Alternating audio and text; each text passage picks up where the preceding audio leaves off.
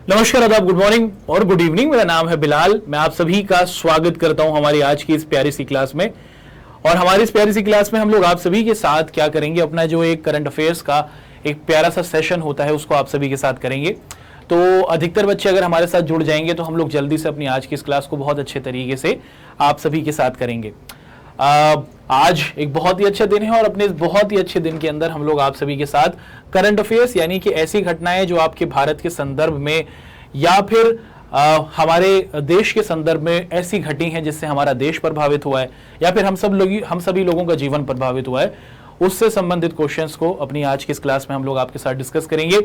तो एक बहुत ही दमदार, बहुत ही जबरदस्त और एक बहुत ही बेहतरीन सेशन लेकर हम आपके सामने प्रस्तुत हैं। अपने हर एक बच्चे से हम लोग उम्मीद करेंगे कि वो जल्दी से जुड़ जाएं और फिर हम लोग अपनी आज की इस क्लास को आप सभी के साथ शुरू कर लेंगे। जी, आप सभी प्यारे प्यारे बच्चों का बहुत बहुत स्वागत है और मैं उम्मीद करता हूं कि आप सभी बच्चे बहुत अच्छे होंगे, मैं भी बहुत अच्छा हूं। Let's begin the class. ठीक है दोस्तों, तो हम लोग समय को बिल्कुल भी व्यर्थ नहीं करेंगे। बहुत अच्छे तरीके से, बहुत प्यारे तरीके से हमारा ये जो करंट अफेयर्स का सेशन चल रहा है या फिर जो सीरीज चल रही है उसको हम लोग कंटिन्यू करेंगे। तो करंट अफेयर्स को हम लोग देखेंगे और आप सभी को पता है कि करंट अफेयर्स का मतलब वो ऐसी घटनाएं जो विश्व में और दुनिया में या फिर भारत के अंदर घटित हुई हैं जिससे सभी लोगों का जीवन प्रभावित हुआ है, उनके बारे में हम लोग डिस्कशन करेंगे। ठीक, तो करंट अफेयर्स को हम लोग अपनी आज की इस क्लास में बहुत ही अच्छे तरीके से आप सभी के साथ पढ़ेंगे। आप सभी को बड़ा आनंद आएगा, बहुत सारी नई नई जानकारियां आपको देखने को मिलेंगी और ये सभी वो क्वेश्चंस हैं जो आपके पेपर के अंदर पूछे जाने की संभावना रखते हैं। अब इसी उम्मीद के साथ कि हमारे साथ हमारे हर एक बच्चा जुड़ चुका है, हम लोग बिल्कुल भी समय को व्यर्थ नहीं करते हुए दोस्तों अपनी आज की इस क्लास को शुरू करते हैं। ठीक है, चलिए जी शुरुआत करते हैं दोस्तों। बिल्कुल सही समय हो गया है क्लास स्टार्ट करने का। देखिए, किस देश ने घरेलू रॉकेट नूरी का उपयोग कर अपना पहला सफल उपग्रह परीक्षण किया? भैया एक देश है, इस देश ने क्या किया, अपने यहां पर एक रॉकेट को बनाया और ये उस देश ने खुद ही अपने यहां पर बनाया, किसी और दूसरे देश की मदद नहीं ली है। उस रॉकेट का नाम है नूरी। आपसे यही पूछा जा रहा है कि वो कौन सा देश है जिसने नूरी रॉकेट को बनाया है। आपके सामने हमने नूरी रॉकेट का चित्र भी रख दिया दोस्तों। तो ये जो नूरी रॉकेट है जो मुख्य तौर पर क्या करेगी, एक लॉन्चिंग होगा, जो डोमेस्टिक रॉकेट है एक तरीके का, है ना। सैटेलाइट को लॉन्च करने के लिए ये रॉकेट बनाया गया है जिसका नाम है नूरी। किस देश ने ये बनाया है ये आपसे पूछा जा रहा है। आपके सामने ऑप्शन है दोस्तों, फ्रांस, जापान, ब्राजील, चीन या फिर दक्षिण कोरिया। और इन सभी 5 ऑप्शंस में से आपको एक ऑप्शन को पकड़ना है और आपको लगता है कि कौन सा सही आंसर होता है, आप लोग कमेंट में अपने आंसर को जरूर बताएं। ठीक है, बहुत बढ़िया साथियों, बहुत बढ़िया। तो यहां पर नूरी नाम सोचकर अधिकतर बच्चे सोच रहे होंगे कि शायद ये किसी इस्लामिक कंट्री से। नहीं दोस्तों, ऐसा नहीं है। तो नूरी नाम का ये जो रॉकेट है ये हाल फिलहाल में बनाया गया है और जिस देश ने इसे बनाया है उसका नाम है दक्षिण कोरिया। क्या नाम है दोस्तों? इसका नाम है साउथ कोरिया। तो साउथ कोरिया या फिर दक्षिण कोरिया वो देश है जिसने नूरी नाम के एक रॉकेट मिसाइल को बनाया है जो सैटेलाइट को छोड़ेगा आसमान में जाकर। बढ़ते हैं आगे। एक बहुत ही अच्छा सवाल था दोस्तों। अब एक और बहुत ही महत्वपूर्ण सवाल आपके सामने रखते हैं। एक और सवाल है और यह भी कहीं ना कहीं संबंधित है रॉकेट से। हाल ही में आप देखते हैं कि एक देश ने 3 योगॉन 35 रिमोट सेंसिंग उपकरणों का नया बेंच लॉन्च किया है। अब इसको पिक्चर के जरिए समझते हैं। भैया एक रिमोट सेंसिंग के रिमोट से आप क्या कर सकते हैं, पूरे तौर पर एक रॉकेट है, इस रॉकेट को छोड़ा और इस रॉकेट के ऊपर आप देखते हैं कि सैटेलाइट थे या फिर आप कह सकते हैं कि उपग्रह थे जिसके जरिए हमें इंटरनेट एक्सेस करने को मिलता है, हम अपने इंफॉर्मेशन शेयर कर सकते हैं, हम एक दूसरे से बात कर सकते हैं। तो एक रॉकेट है, एक कंट्री ने बनाया और इस रॉकेट के अंदर जो आपके ये सैटेलाइट लगे हुए थे, ये ऐसे सैटेलाइट हैं जो रिमोट के जरिए क्या किए जा सकते हैं, पूरे तौर पर चलाए जा सकते हैं। तो वो कौन सा देश है जिसने 3 योगॉन 35 रिमोट सेंसिंग उपग्रहों वाला अपना रॉकेट लॉन्च किया है? आपके सामने ऑप्शन है चीन, जापान, दक्षिण कोरिया, वियतनाम या फिर मलेशिया। एक बहुत अच्छा सवाल है और पेपर के अंदर ये बहुत जरूरी है और पेपर के संदर्भ में ये पूछा जाता है दोस्तों। और बिल्कुल सही, आप लोगों ने बिल्कुल सही आंसर दिया है और यहां पर जो हमारा सीधा आंसर आ रहा है दोस्तों वो है बिल्कुल सही, जिसका नाम है चीन। ठीक है, तो चीन ने हाल फिलहाल में 3 योगॉन 35 रिमोट सेंसिंग उपग्रहों का अपना एक रॉकेट लॉन्च किया है जिसके अंदर आप देख पा रहे हैं कि ये रॉकेट उड़ा फुर्र करते हुए और उसके बाद आसमान में जाकर इसने अपने सैटेलाइट को छोड़ दिया, जिसको रिमोट के जरिए हम लोग क्या कर सकते हैं, रिमोट सेंसिंग के जरिए इसको प्रयोग में ला सकते हैं। अगला सवाल एक और अच्छा सवाल, एक और तड़कता भड़कता जोशीला सवाल, इसको देखते हैं दोस्तों। सवाल कुछ इस तरीके से है, पूछा जा रहा है कि किस बैंक ने भारत के अंदर और भारत के बाहर यानी कि विदेशों के अंदर अगर कोई उच्च शिक्षा प्राप्त करना चाहता है, उच्च शिक्षा का मतलब क्या हुआ, अगर आप हायर स्टडीज के लिए जाना चाहते हैं यानी कि आप एमए करना चाहते हैं, एमफिल करना चाहते हैं, पीएचडी करना चाहते हैं, तो भारत के अंदर या फिर भारत के बाहर उच्च शिक्षा प्राप्त करने के लिए अगर कोई बच्चा है और उसको क्या है बच्चों, लोन वोन की जरूरत है, तो एक डिजिटल प्लेटफॉर्म लॉन्च किया गया है इस बैंक के द्वारा और उस डिजिटल प्लेटफॉर्म का नाम रखा गया है कैंपस पावर। आपसे यही पूछा जा रहा है कि वो कौन सा बैंक है जिसने हायर एजुकेशन के लिए डिजिटल प्लेटफॉर्म दिया है जिसका नाम है कैंपस पावर। आपके सामने ऑप्शंस हैं भारतीय state bank, axis bank, Punjab national bank, HDFC bank या फिर आईसीआईसीआई बैंक। जल्दी से आपको आंसर देना है कि इनमें से वो कौन सा बैंक है जिसने हाल फिलहाल के अंदर ही एक ऐसे प्लेटफॉर्म को लॉन्च किया जहां पर हायर स्टडीज पढ़ने के लिए जाने वाले बच्चे क्या कर सकते हैं, अपने इंफॉर्मेशन के जरिए लोन और किसी प्रकार की वित्तीय मदद ले सकते हैं। तो आपके सामने ऑप्शंस रहे भारतीय state bank, axis bank, Punjab national bank, HDFC bank और आईसीआईसीआई बैंक। दोस्तों इसका सही आंसर है आईसीआईसीआई बैंक। आईसीआईसीआई बैंक ने कैंपस पावर, आप देख पा रहे हैं दोस्तों, जी हां, कैंपस पावर नाम से यह डिजिटल प्लेटफॉर्म लॉन्च किया है जहां से आप लोग क्या कर सकते हैं, विदेश में या फिर देश के अंदर अगर एजुकेशन लोन लेना चाहते हैं या फिर किसी और प्रकार की मदद चाहते हैं तो वो आपको मिलेगी। एक अच्छा इनिशिएटिव है, एक अच्छा सवाल बनता है। अगले सवाल की ओर बढ़ते हैं। एक और तड़कता भड़कता और एक और जोशीला सवाल आपके सामने रखा जा रहा है दोस्तों। सवाल है ये, पूछा जा रहा है ना, आज अगर हम लोग अपने इस हफ्ते के अंदर देखें या फिर पिछले 3-4 दिनों के अंदर देखें तो भारत के अंदर जितने भी बड़े बड़े हमारे इंस्टीट्यूशंस हैं, जितने भी बड़े बड़े हमारे संस्थान हैं, भैया हर एक संस्थान के अंदर आप देखते हैं कि नई नई रिक्रूटमेंट हुई है या फिर नए नए पदाधिकारी आए हैं, है ना। सबसे पहले हम लोग बात करते हैं दोस्तों आईओए, भारतीय ओलंपिक संघ या फिर इसको हम लोग क्या कहते हैं, इंडियन ओलंपिक एसोसिएशन। तो भारत के अंदर ओलंपिक के जो हमारे खिलाड़ी होते हैं उनको तैयार करना और उनका रखरखाव करना, इसकी जिम्मेदारी हमारी आईओए की होती है। अब ये जो हमारा भारतीय ओलंपिक संघ है, जिसे हम लोग क्या कह रहे हैं दोस्तों, इंडियन ओलंपिक एसोसिएशन कह रहे हैं, इसके नए अध्यक्ष चुने गए हैं। आपसे यही पूछा जा रहा है कि इंडियन ओलंपिक संघ के जो नए अध्यक्ष हैं, ये भाई साहब इनका नाम क्या है, ये आपको बताना है। अभी कल ही चुने गए हैं। भारतीय ओलंपिक संघ के कार्यकारी अध्यक्ष के रूप में किसे नियुक्त किया गया है, who has been appointed as the acting president of Indian Olympic Association. Option है आपके सामने, नरेंद्र बत्रा, अनिल खन्ना, सौरव गांगुली, जनार्दन सिंह गहलोत या फिर सुधांशु मित्तल। जल्दी से आपको सही आंसर को बताना है। क्या लगता है दोस्तों आपको इसका सही आंसर क्या हो सकता है? बिल्कुल सही, बिल्कुल सही, बिल्कुल सही। और यहां पर हर एक बच्चा अपने तरीके से सही आंसर को प्रस्तुत कर रहा है। तो दोस्तों आईओए, भारतीय ओलंपिक संघ, जो भारत के अंदर हमारे ओलंपिक खिलाड़ियों का रखरखाव करता है, उनको ट्रेन करने में मदद करता है, हाल फिलहाल में इसके नए प्रेसिडेंट को नियुक्त किया गया है और इनका नाम है अनिल खन्ना। क्या है दोस्तों? इनका नाम है अनिल खन्ना। आपके सामने अनिल खन्ना जी का चित्र भी रख दिया गया है। अगला सवाल है ना, अब भारत के अंदर एक और अपॉइंटमेंट हुई है। हमारे देश के अंदर पिछले कुछ दिनों के अंदर आप देखें, जितने भी बड़े बड़े संस्थान है ना, वहां पर नई नई रिक्रूटमेंट या फिर नए नए ऑफिसर्स को नई नई पोजीशंस दी गई हैं। अब देखिए, आप सभी को पता है नीति आयोग। नीति आयोग क्या है बच्चों? नीति आयोग को हम लोग साल 2015 से पहले योजना आयोग भी कहा करते थे। और योजना आयोग या फिर नीति आयोग का काम क्या होता है भैया? देश को चलाने के लिए क्या करना? प्लानिंग करना या फिर प्लान बनाना। क्या करना? प्लान बनाना। हमारा देश किस तरीके से चलेगा, सरकार किस तरीके से 5 साल के लिए देश को चलाएगी, कौन कौन से कार्यक्रम लाएगी, इसको हम लोग पहले, इसी विभाग को हम लोग योजना आयोग कहते थे। साल 2015 से इसको नीति आयोग कहा गया। नीति आयोग के नए सीईओ चुने गए हैं। क्या है दोस्तों? आप देखते हैं कि नए सीईओ चुने गए हैं। क्या नाम है इनका? ये आपसे पूछा जा रहा है कि सीईओ है ना, चीफ एग्जीक्यूटिव ऑफिसर जो हमारे नीति आयोग के होंगे, वो आपसे पूछा जा रहा है कि इनका नाम क्या है। और पहले ये भारत के जो हमारे पेयजल और जल स्वच्छता अभियान था, उसके सेक्रेटरी या फिर सचिव हुआ करते थे। चित्र आपके सामने रख दिया गया है। आपसे पूछा जा रहा है कि इनका नाम क्या है। आपके सामने ऑप्शंस हैं परमेश्वरन अय्यर, रंजीत बजाज, डॉक्टर मनोज सोनी, पी उदय कुमार या फिर संदीप दीक्षित। बहुत आसान सवाल है। अगर आप लोग अपडेट रहते होंगे तो आप इसका सही आंसर चूज कर लेंगे। सर क्या ये लाइव क्लास है? नहीं मेरे भैया, ये लाइव क्लास नहीं है, मेरा भूत यहां खड़ा है। अरे कैसी बातें कर रहे हैं, लाइव क्लास है। ठीक है, तो यहां पर हम लोग देख पा रहे हैं कि पूर्व पेयजल और जल स्वच्छता अभियान के जो हम देखते हैं कि नीति आयोग के नए सीईओ नियुक्त किए गए हैं दोस्तों। इनका नाम आपके सामने रख दिया गया है। इनका नाम है परमेश्वरन अय्यर। ठीक है, परमेश्वरन अय्यर 1982 बैच के आईएएस अधिकारी हैं ये, है ना। और ये हमारी जो नीति आयोग है उसके सीईओ, चीफ एग्जीक्यूटिव ऑफिसर नियुक्त किए गए हैं। बहुत इंपॉर्टेंट सवाल है, बहुत ही महत्वपूर्ण सवाल है, ठीक है। और आपका जो नीति आयोग होता है इसका अध्यक्ष कौन होता है दोस्तों? आपका जो नीति आयोग होता है इसका अध्यक्ष होता है देश का प्रधानमंत्री, यानी कि मोदी जी हुए, ठीक है।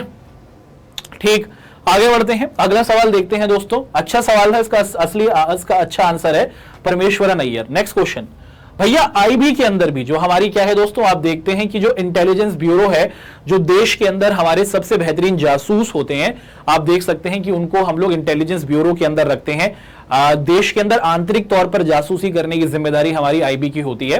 तो ये जो हमारा इंटेलिजेंस ब्यूरो है इसके भी नए नए डायरेक्टर नियुक्त किए गए हैं, है ना। इंटेलिजेंस ब्यूरो या फिर आपकी जो आईबी है इसके नए निर्देशक या फिर डायरेक्टर नियुक्त किए गए हैं। खुफिया विभाग जो होता है भारत का, है ना। आपसे पूछा जा रहा है कि इनका नाम क्या है, ये आपको क्या करना है दोस्तों, इनके नाम को आपको बताना है कि जो हमारी आईबी है इसके नए डायरेक्टर के तौर पर किसे चुना गया है। ऑप्शन है आपके सामने, डॉक्टर मनोज सोनी, दिनकर गुप्ता, तपन कुमार डेका, रोहन प्रताप सिंह या फिर विजय कुमार। तो 5 ऑप्शंस आपके सामने रखे गए हैं। आपसे पूछा जा रहा है कि इन 5 ऑप्शंस में से कौन आपका सही ऑप्शन है। इंटेलिजेंस ब्यूरो आईबी के नए डायरेक्टर के तौर पर किसे चुना गया है? बहुत बढ़िया, बहुत बढ़िया, है ना। तो इनका नाम है दोस्तों, इनका नाम है तपन कुमार डेका जी। क्या है दोस्तों? तपन कुमार डेका भारत की जो हमारी आईबी है उसके नए डायरेक्टर के तौर पर चुन लिए गए हैं, ठीक है। तो पीछे आपने देखा, हमने नीति आयोग के सीईओ के बारे में देखा, आईओए के अध्यक्ष के बारे में देखा, और अब हमने आपके साथ आईबी के जो हमारे नए डायरेक्टर बने हैं उनके बारे में देखा। ये हैं हमारे तपन जी, ठीक है दोस्तों, तपन कुमार डेका जी।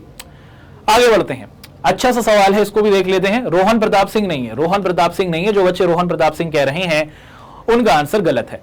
आगे बढ़ते हैं दोस्तों, अगला सवाल। भैया एक और अपॉइंटमेंट हुई है ना, एक और अपॉइंटमेंट हुई है। जैसे देश के अंदर जासूसी और देश के अंदर क्या है बच्चों, खुफिया विभाग को लेकर हमने आईबी बनाया है, ऐसी विदेशों के अंदर कि हमारे देश के जासूस दूसरे देशों में जाकर जासूसी करते हैं। भारत के जासूस पाकिस्तान में या फिर दुनिया के किसी और देश के अंदर जाकर क्या करते हैं, जासूसी करते हैं। तो उसको लेकर हमारे देश के अंदर आप सभी को पता है रिसर्च एंड एनालिसिस विंग, जिसे हम लोग रॉ कहते हैं, ये बना हुआ है। भैया रॉ के अंदर आप देखते हैं कि रॉ के जो क्या थे बच्चों, आप देखते हैं कि जो चीफ थे इनको दोबारा से अपॉइंट कर दिया गया है, रीअपॉइंट किया गया है। जो रॉ के जो वर्तमान चीफ थे ना, इनको 2023 तक के लिए क्या कर दिया गया है, दोबारा से इनके पद पर रख दिया गया है। इनका जो कार्यभार था वो खत्म हो गया है ना, खत्म हो गया था इनका कार्यभार। रॉ के ये क्या है दोस्तों, आपको दिखता है कि रॉ के ये प्रमुख हुआ करते थे, चीफ हुआ करते थे। इनको इनके कार्यभार को 2023 तक के लिए और बढ़ा दिया गया कि आप 2023 तक रॉ को संभालो। इनका नाम क्या है ये आपसे पूछा जा रहा है। सामंत कुमार गोयल, डॉक्टर सुमन के बोरोई, राकेश शर्मा, विपिन शर्मा या फिर सोनम कुमार। बताइए दोस्तों, है ना। अभी इनका कार्यकाल खत्म हुआ था, लेकिन साल 2023 तक के लिए इनके कार्यकाल को बढ़ा दिया गया है। आपसे पूछा जा रहा है कि इनका नाम क्या है। ठीक, बहुत बढ़िया। चलिए, तो यहां पर हमने देखा दोस्तों कि जो इसका आंसर है वो है हमारा सामंत कुमार गोयल जी। सामंत कुमार गोयल जी, अभी इनका कार्यकाल खत्म हुआ था, लेकिन सरकार ने इनको रीअपॉइंट कर दिया। इन्हीं की पोस्ट को, इन्हीं की पोजीशन को आगे बढ़ा दिया साल 2023 तक के लिए। तो नाम है दोस्तों सामंत कुमार गोयल जी। RAW, भारत की रिसर्च एंड एनालिसिस विंग, जो दूसरे देशों में जाकर जासूसी करती है, उसके ये प्रमुख हैं। बहुत बहुत बेहतरीन आदमी है ये, ठीक है। आगे बढ़ते हैं, अगला सवाल देखते हैं। पूछा जा रहा है कि निम्नलिखित में से किस भारतीय राज्य आधारित सार्वजनिक परिवहन सेवा को प्रतिष्ठित संयुक्त राष्ट्र लोक सेवा पुरस्कार 2022 से सम्मानित किया गया। अब आप देखते हैं कि हमारे देश के अंदर एक परिवहन व्यवस्था है, यानी कि सरकारी परिवहन व्यवस्था है, सड़क से संबंधित, बस से संबंधित, और इस परिवहन सेवा को सम्मानित किया गया यूएन के द्वारा, यूनाइटेड नेशंस के द्वारा। क्यों? क्योंकि कोविड-19 के अंदर आप देखते हैं कि इस बस सर्विस ने लोगों की बहुत ज्यादा मदद करी थी, और इसी बात की वजह से इसको सम्मानित किया गया है। आपसे पूछा जा रहा है कि साल 2022 में आप देखते हैं कि संयुक्त राष्ट्र का जो लोक सेवा के लोगों की सेवा के लिए ये जो बस थी, या फिर जो आप देखते हैं कि ये जो पूरा का पूरा डिपार्टमेंट था, इसने बहुत ज्यादा मेहनत करी है। इसका नाम आपको बताना है। दिल्ली परिवहन निगम, हरियाणा राज्य सड़क परिवहन निगम, महाराष्ट्र राज्य सड़क परिवहन निगम, या फिर आप देखते हैं कि मो बस उड़ीसा या फिर आपका पंजाब रोडवेज। 5 आपके सामने ऑप्शन है दोस्तों और आपको सही ऑप्शन को चूज करना है। क्या लगता है आपको, जल्दी से आप लोगों को कमेंट करके बताना होगा। बताइए दोस्तों क्या लगता है। अधिकतर बच्चे यहां पर सी बी ए कह रहे हैं और यहां पर जो हमारा सही ऑप्शन बनता है दोस्तों वो है हमारा मो बस उड़ीसा। मो बस उड़ीसा इसको सम्मान दिया गया है। आप देख पा रहे हैं उड़ीसा की ये जो बसें हैं मो बस उड़ीसा, इसको यूनाइटेड नेशंस का ऑनररी अवार्ड मिला है। किस चीज के लिए बच्चों? Prestigious UN public service award 2022 से इसको सम्मानित किया गया है। कोविड-19 के अंदर इन लोगों ने बहुत बेहतरीन सर्विस दी थी, है ना। तो उड़ीसा की जो बस सर्विस है मो बस, इसको ये सम्मान मिला है। ऑप्शन डी यहां पर बिल्कुल सही बनता है। एक अच्छा सवाल और उसका वैसे ही बेहतरीन सा आंसर। अगला सवाल देखिए, आप देखते हैं कि भारत और नेपाल में, है ना, भारत और नेपाल दो पड़ोसी देश हैं। आप देखते हैं कि भारत और नेपाल के बहुत से ऐसे क्षेत्र हैं जो रामायण से संबंधित हैं, जहां पर बताया जाता है कि श्री राम जी कहीं ना कहीं जिन जिन इलाकों में गए थे, उसी बात को ध्यान में रखकर क्या किया, भारत और नेपाल के वो इलाके जो कहीं ना कहीं मुख्य तौर पर रामायण काल से संबंधित हैं, इनको जोड़ने के लिए आप देखते हैं कि भारत गौरव पर्यटक ट्रेन को लॉन्च किया गया अभी हाल फिलहाल में ही। और ये जो ट्रेन चली, जो भारत और नेपाल के ऐसे इलाकों में जाएगी जहां पर जो रामायण से संबंधित है, ये दिल्ली के सफदरजंग रेलवे स्टेशन से रवाना की गई ये ट्रेन, भारत गौरव पर्यटन ट्रेन इसको कहा गया। इस ट्रेन को हरी झंडी दिखाने वाले व्यक्ति कौन थे, ये आपसे पूछा जा रहा है ना। तो एक ही सवाल में बहुत सारे आंसर्स मिल गए आपको। भारत और नेपाल के अंदर आप देखते हैं कि जितने भी हमारे रामायण संबंधित क्षेत्र थे, उनको देखने के लिए अगर आप जाना चाहें तो आप भारत गौरव पर्यटन ट्रेन को देख सकते हैं, जो अभी अभी शुरू हुई है। दिल्ली के सफदरजंग से इसको हरी झंडी दी गई है। किसने इसको हरी झंडी देकर रवाना किया, ये आपसे पूछा जा रहा है। एक बहुत अच्छा सवाल है। ऑप्शन है अश्वनी वर्णे, जी किशन रेड्डी, नरेंद्र मोदी, ऑप्शन ए और ऑप्शन बी, या फिर ऑप्शन ए और ऑप्शन सी। अच्छा सवाल है दोस्तों, बताइए क्या लगता है आपको, है ना। बताइए दोस्तों क्या लगता है आपको कि इसका सही ऑप्शन क्या हो सकता है। तो अभी आप देख रहे हैं दोस्तों कि हाल फिलहाल के अंदर भारत और नेपाल के संदर्भ में जो हमारे रामायण काल वाले इलाके हैं, वहां उनको देखने के लिए जो ट्रेन लॉन्च की गई है, भारत गौरव पर्यटन ट्रेन इसको कहा गया, और इसको रवाना किया गया नई दिल्ली से सफदरजंग रेलवे स्टेशन से। तो इसमें हमारे रेल मंत्री अश्वनी वैष्णव तो थे ही, इनके साथ साथ आप देखते हैं कि जो हमारे संस्कृति मंत्री हैं जी किशन रेड्डी, तो आप देख पा रहे हैं दोस्तों हमारे अश्वनी वैष्णव ये रहे और हमारे जी किशन रेड्डी, इन दोनों के जरिए क्या किया गया, इस ट्रेन को लॉन्च किया गया या फिर हरी झंडी दिखाई गई। आपका ऑप्शन कौन सा सही बनता है? ऑप्शन ए और ऑप्शन बी, यानी कि ऑप्शन डी यहां पर बिल्कुल सही बन जाता है। अगला सवाल देखते हैं दोस्तों। देखो दुनिया के अंदर ना 20 कंट्रीज हैं जो दुनिया की पावरफुल कंट्रीज मानी जाती हैं कि इनकी अर्थव्यवस्था सबसे बेहतर है ना। आप देखते हैं कि दुनिया के अंदर 20 ऐसे देश हैं जिनकी अर्थव्यवस्था बेहतर है, और वो देश कौन कौन से हैं मैंने आपके सामने उनको रख दिया है।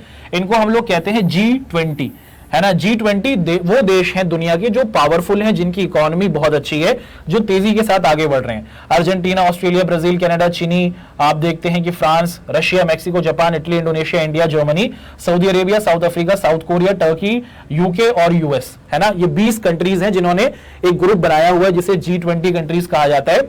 आपको जानकर बहुत ज्यादा क्या होगा बच्चों, आश्चर्य होगा कि G20 का आप देखते हैं कि ये जो G20 है जिसका भारत भी सदस्य है, इसकी मीटिंग होगी कब बच्चों? 2023 की जो मीटिंग होगी वो भारत के एक राज्य में होगी, भारत के एक क्षेत्र में होगी। उसका नाम बता दीजिए कहां पर होगी, और जिस इलाके में होगी ना वहां पर आप देखते हैं कि वहां पर व्यापार बढ़ेगा, वहां पर आप देखते हैं कि बिजनेस के आइडियाज होंगे, वहां उस इलाके को बहुत आगे बढ़ने का मौका मिलेगा। तो कौन सा ऐसा क्षेत्र है जहां पर आप देखते हैं कि दुनिया के जितने भी प्रभावशाली देश हैं वो अपनी मीटिंग करने वाले हैं साल 2023 में? जल्दी बताइए क्या लगता है आपको सही ऑप्शन, है ना। बैंगलोर होगा सर हमें लगता है कि मुंबई होगा। बहुत बढ़िया, हर एक बच्चा अपने अपने तरीके से अपने अपने आंसर को प्रस्तुत कर रहा है। तो यहां पर जो हमारा सही आंसर है दोस्तों वो है जम्मू एंड कश्मीर। तो जम्मू कश्मीर के अंदर आप देखते हैं कि बहुत सम्मान की बात है भारतीयों के लिए कि एक ऐसा इलाका जो कहीं ना कहीं आतंकवाद से प्रभावित रहा करता था, वहां पर दुनिया के बड़े बड़े देश आएंगे और यहां पर क्या होगा बच्चों, मीटिंग्स होगी, और इसके जरिए हम लोग अपने जम्मू कश्मीर एरिया को डेवलप्ड कर पाएंगे। तो साल 2023 की G20 जो मीटिंग होगी वो भारत में होगी, और भारत के अंदर जम्मू कश्मीर राज्य के अंदर आप लोग इसे होते हुए देखेंगे, जिससे जम्मू कश्मीर के अंदर भी बिजनेस को, व्यापार को बढ़ाया जा सके।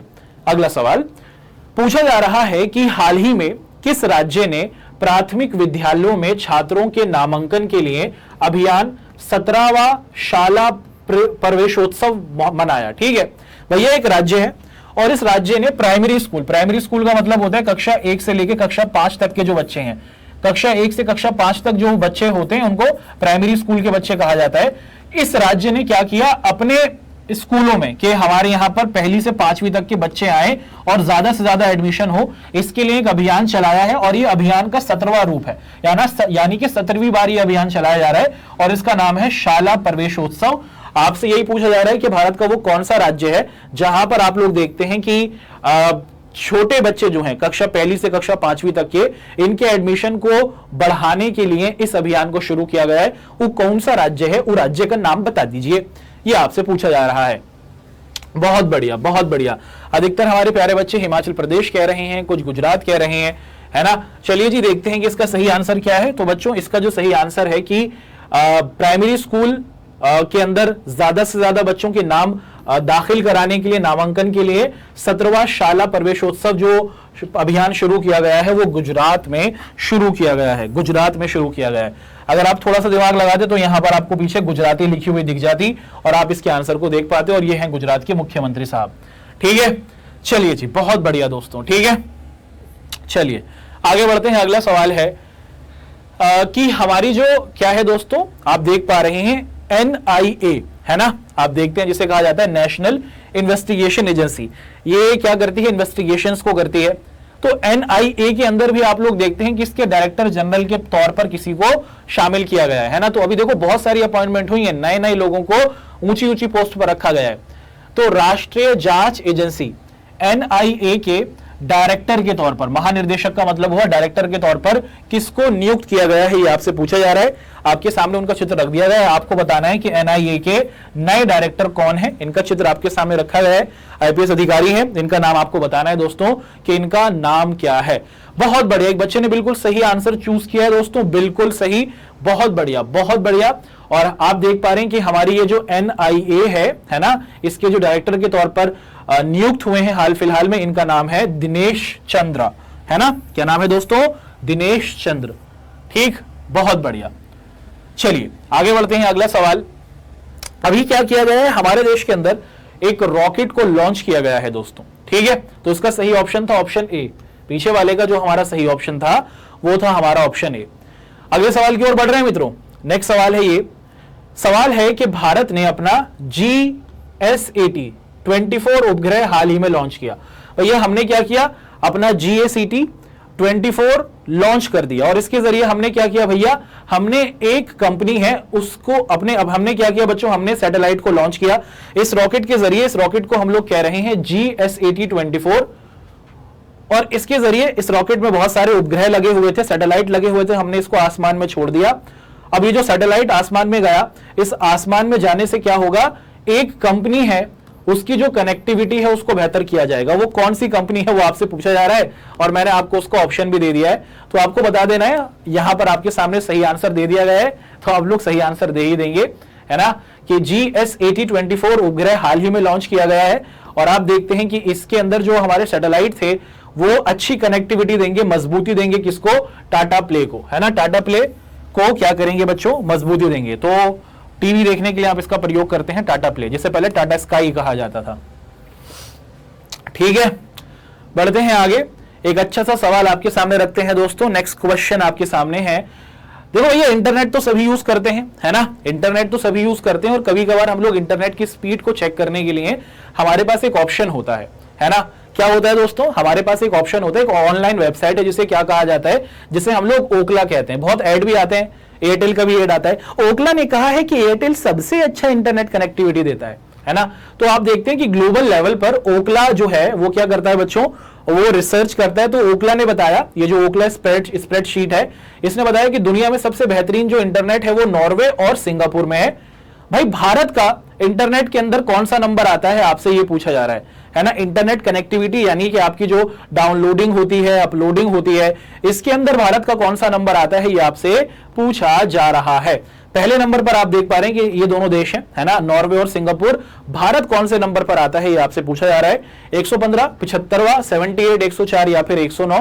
जल्दी से आपको सही आंसर देना है। बहुत बढ़िया, हर एक बच्चा अपने तरीके से बहुत बेहतरीन आंसर को दे रहा है, और हर एक बच्चा बिल्कुल सही आंसर को चूज कर रहा है। बहुत बढ़िया। हमारे अधिकतर आप देख पाए कि लगभग हमारे जो 90 से 95% बच्चे हैं उन्होंने चूज किया है किसको, 78 को। बिल्कुल सही। तो हम बहुत अच्छे तरीके से देख पा रहे हैं कि लगभग 90 से 97-98% बच्चों ने ऑप्शन सी को चुना है। बहुत बढ़िया। तो जितने भी हमारे प्यारे बच्चों ने ऑप्शन सी को चुना है, बहुत अच्छा आंसर है ये। 78 बच्चों को लगता है कि भारत का जो नंबर है वो 78 है। बहुत बढ़िया। गलत आंसर दिया आप लोगों ने दोस्तों, है ना, ये नहीं है। इसका जो सही आंसर है वो है 115। हमारा प्यारा भारत देश इंटरनेट कनेक्टिविटी और इंटरनेट की स्पीड के मामले में आपको दिखता है कि 115वीं रैंक पर है विश्व के अंदर। पहले नंबर पर आपको नॉर्वे और सिंगापुर दिख रहा है, ठीक। और इस पूरी टैली के अंदर कितने लोग थे बच्चों, आप देखते हैं कि लगभग 136 कंट्रीज इसके अंदर शामिल रही थी। 115वें नंबर पर हमारा प्यारा भारत देश है। अगला सवाल, फीफा के अंदर आप सभी को पता है ना, फीफा के अंदर आप लोग क्या जानते हैं कि फीफा एक संस्था है, जैसे ICC international cricket council cricket को देखती है, ऐसे ही आप देखते हैं कि फीफा फुटबॉल को देखती है, चाहे वो मेल हो या फिर फीमेल फुटबॉल हो। तो आप देखते हैं कि फीफा ने हाल फिलहाल में अपनी वर्ल्ड रैंकिंग लॉन्च की है। इसके अंदर जो हमारी इंडियन फुटबॉल टीम है वो कौन से नंबर पर आती है, ये आपसे पूछा जा रहा है। तो हमारी जो इंडियन फुटबॉल टीम है, सुनील छेत्री जी बहुत बेहतरीन खिलाड़ी हैं भैया, आपसे यही पूछा जा रहा है कि हमारी जो इंडियन फुटबॉल टीम है ये वर्ल्ड रैंकिंग में कौन से नंबर पर आती है। और ये इसकी जो रैंकिंग है वो बेहतर हुई है दोस्तों, आपको बताना है कि इसकी कौन सी रैंक आती है ना। तो आपके सामने ऑप्शन है 101, 102, 103, 104, 105। आपको ये बताना है कि जो हमारी ये प्यारी सी इंडियन फुटबॉल टीम है, फीफा ने जो अपनी नई नई रैंकिंग लॉन्च की है उसमें हमारी ये टीम कौन से अंक पर या फिर कौन से नंबर पर आ रही है। बहुत जबरदस्त, बहुत जबरदस्त, है ना, बिल्कुल सही। अधिकतर बच्चों को लग रहा है सर ऑप्शन सी 103 हो सकता है ना। चलिए, तो यहां पर जो आपका सही आंसर है दोस्तों वो है 104। हमारा जो प्यारा भारत है, आप देखते हैं कि अभी अभी जो हमारी रैंकिंग आई है फीफा वर्ल्ड की, तो उसके अंदर जो हमारा भारतीय पुरुष हॉकी टीम है वो 104वें नंबर पर है, 104वें नंबर पर है, दुनिया में 104वें नंबर पर है। अगला सवाल आपसे यही पूछा जा रहा है, अगला सवाल आपके सामने रखा गया है कि दुनिया के अंदर आप देखते हैं कि किस देश के जो लोग हैं वो स्किलफुल हैं। स्किलफुल का मतलब कि उन्हें कोई भी जो काम है वो सही तरीके से करना आता है। मान लीजिए कि कोई इंजीनियर है तो उसने इंजीनियरिंग की पढ़ाई की है और पढ़ाई करने के बाद वो अपने काम को बहुत बेहतरी से कर रहा है। मान लीजिए कि आप देखते हैं कि कहीं ना कहीं आप देखते हैं कि वो टेक्नीशियन है। टेक्नीशियन समझते हैं जो बिजली का काम करता है। कुछ ऐसे लोग होते हैं जो काम देख देख कर सीख जाते हैं। अच्छा, ये वाला तार यहां डालना होता है, लाल वाले से काला वाला तार मिलाना होता है, अच्छा यहां टेप लगाना होता है। तो आप देखते हैं कुछ लोग तो देख देख कर काम सीख जाते हैं, वहीं पर बहुत से ऐसे लोग होते हैं जो प्रोफेशनली पढ़ाई करते हैं और उस काम को बेहतर करते हैं। दुनिया में एक ऐसा देश है जहां पर आप देखते हैं कि जो उस देश के लोग हैं ना वो सबसे ज्यादा क्या है बच्चों, समग्र, या फिर आप लोग कह सकते हैं कि भैया स्किलफुल है ना। तो अभी हाल फिलहाल में आप देखते हैं कि एक रिपोर्ट आई है और हमारा जो प्यारा भारत देश है इस ओवरऑल स्किल प्रोफिशिएंसी में, है ना, कि हमारा जो प्यारा भारत है उस ओवरऑल समग्र दक्षता के अंदर 68वें नंबर पर आ रहा है। भारत तो 68वें नंबर पर है। आपसे ये पूछा जा रहा है कि इस रैंकिंग में, है ना, ये जो कोरोसेरा की ग्लोबल स्किल रिपोर्ट आई है 2022 की, इसमें भारत 68वें रैंक पर है।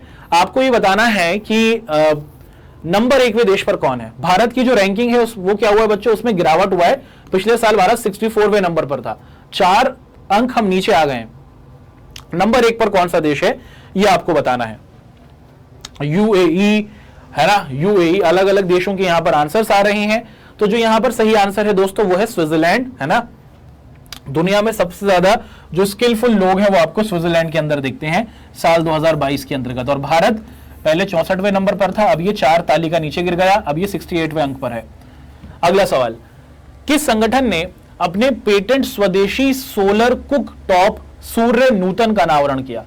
भैया आप लोग जानते हैं दोस्तों क्या होता है, एक चीज होती है जिसे हम लोग कहते हैं सोलर प्लांट, है ना, कि भैया सूरज की रोशनी आ रही है और हमने छतों पर क्या लगा रखे हैं, अपने सोलर प्लांट लगा रखे हैं और सोलर प्लांट के जरिए हम लोग क्या कर लेते हैं, बिजली बना लेते हैं।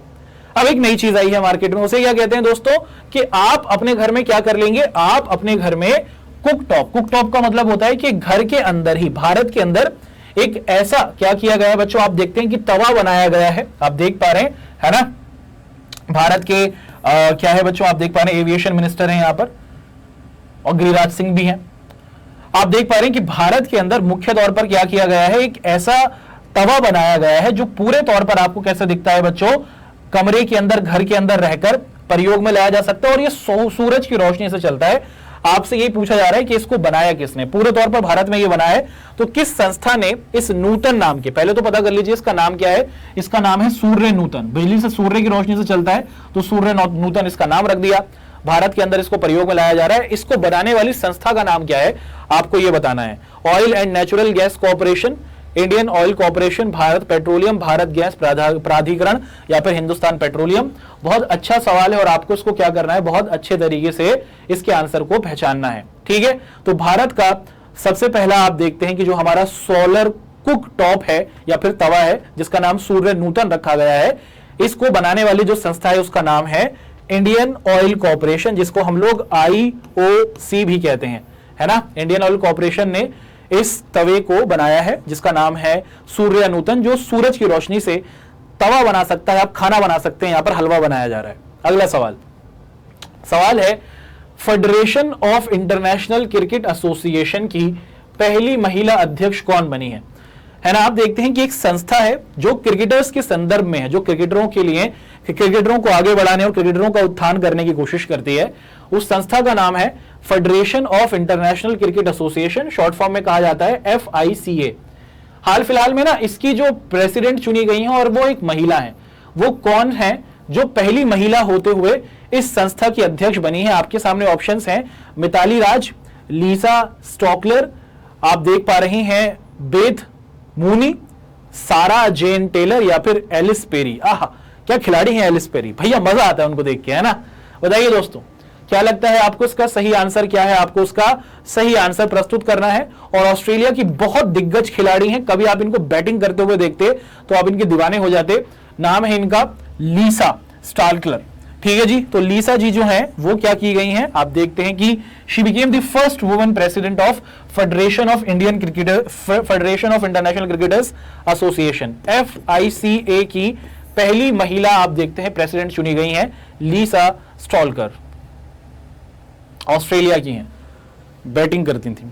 चलिए जी आगे बढ़ते हैं, है ना। अगला सवाल आपके सामने रखते हैं। पूछा जा रहा है कि दुनिया की सबसे बड़े दर्जे की मीठे पानी की मछली पकड़ी गई है ना भैया। आप देख पाइए इतनी बड़ी मछली है भैया जी, बहुत बड़ी मछली है।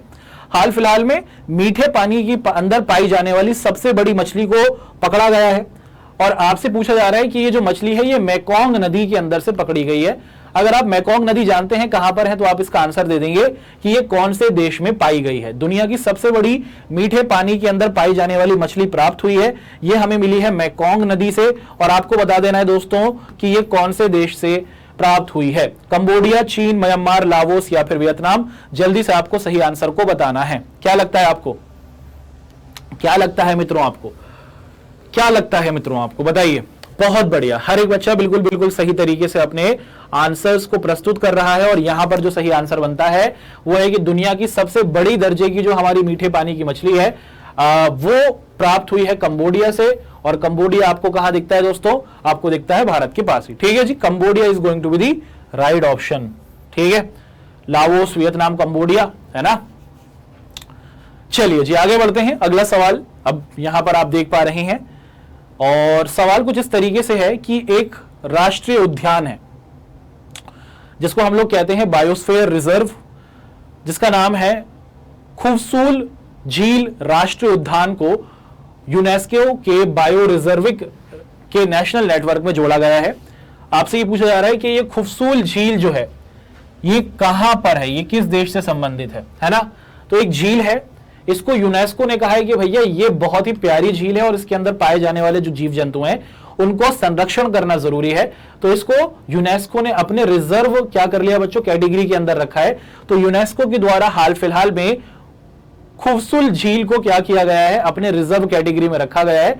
आपसे यही पूछा जा रहा है कि ये कौन से देश के अंदर पाई जाती है, मंगोलिया, भूटान, कजाकिस्तान, फ्रांस या फिर जर्मनी। ये आपके चार ऑप्शंस हैं और आपको सही ऑप्शन को चूज करना है। और यहां पर हम देख पा रहे हैं कि ये जो आपके कोसोवो झील है या फिर जो लेक है ये मंगोलिया के अंदर हमें दिखती है। कहां दिखती है दोस्तों, ये मंगोलिया के अंदर पाई जाने वाली झील है जिसे यूनेस्को ने अपने बायो रिजर्विक रिजर्व के अंदर रख लिया है, बायो स्पेसिफिक रिजर्व के अंदर यूनेस्को ने इसको रख लिया है, ये आपकी है खूबसूल झील, है ना, खूबसूल झील इसे कहा जा रहा है। अगला सवाल, एक पुस्तक हाल फिलहाल में लिखी गई है जिसका नाम है अष्टांग योग, ठीक है। Name of the author of the book अष्टांग योग। इस पुस्तक के लेखक कौन है ये आपको बताना है।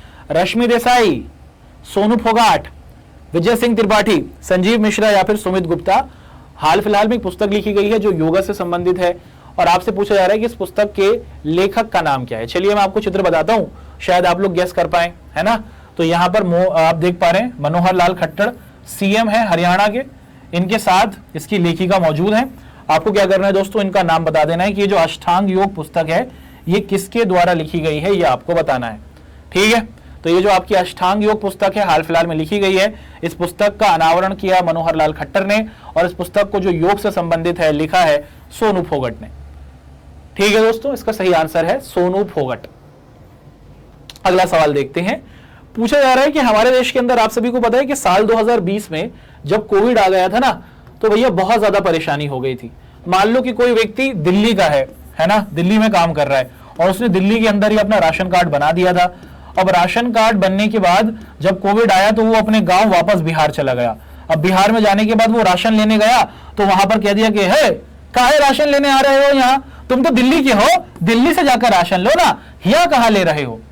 इस तरीके की परेशानी आप देखते हैं कि बहुत सारे जो हमारे मजदूर थे उनके सामने हुई कि आप कहीं पर रहते हैं, आपको वहीं का राशन कार्ड दे दिया गया तो आप वहीं से क्या कर सकते हैं, राशन कार्ड ले सकते थे।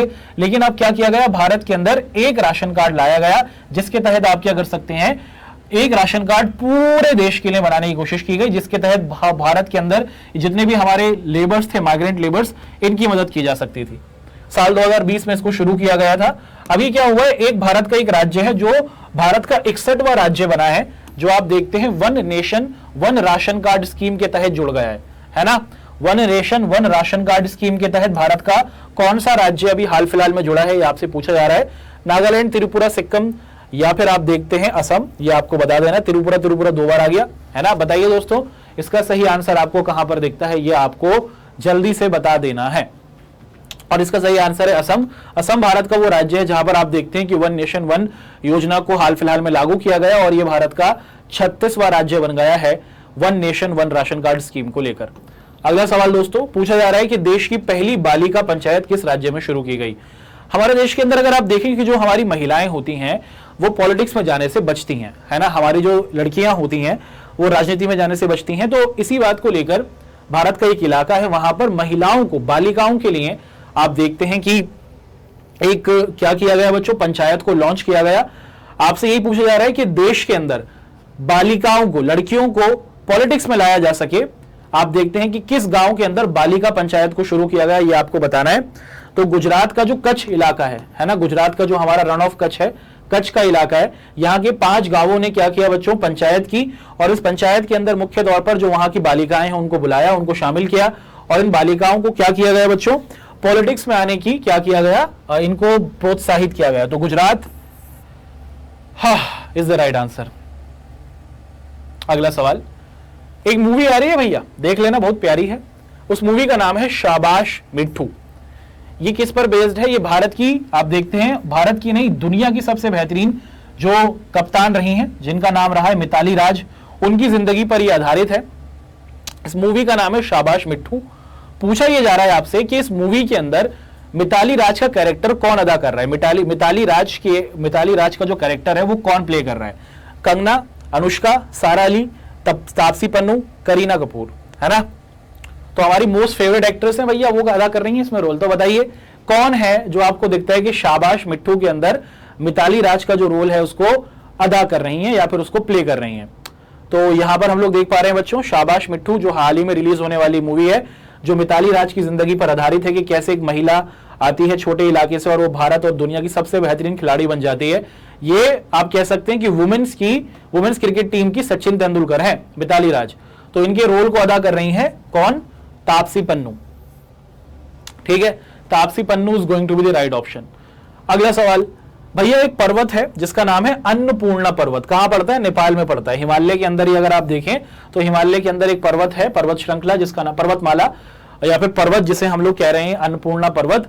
इस पर्वत पर पहले भारतीय, है ना। ये क्या हुआ दोस्तों, ये पहली बार हुआ है कि कोई भारतीय इस अन्नपूर्णा पर्वत पर चढ़ पाया जो नेपाल के अंदर है। उनका नाम आपको बताना है, चित्र दिखाते हैं आपको।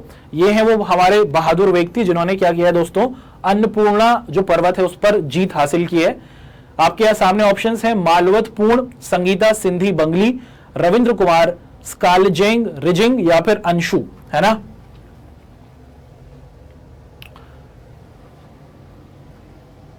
तो यहां पर जो सही ऑप्शन आपको दिख रहा है कि अन्नपूर्णा पर्वत पर चढ़ने वाले सबसे पहले जो हमारे भारतीय पर्वतारोही रही हैं, इनका नाम है स्कालजेंग रिगजिन। ठीक है दोस्तों, तो ये इसका सही आंसर बनता है ऑप्शन डी।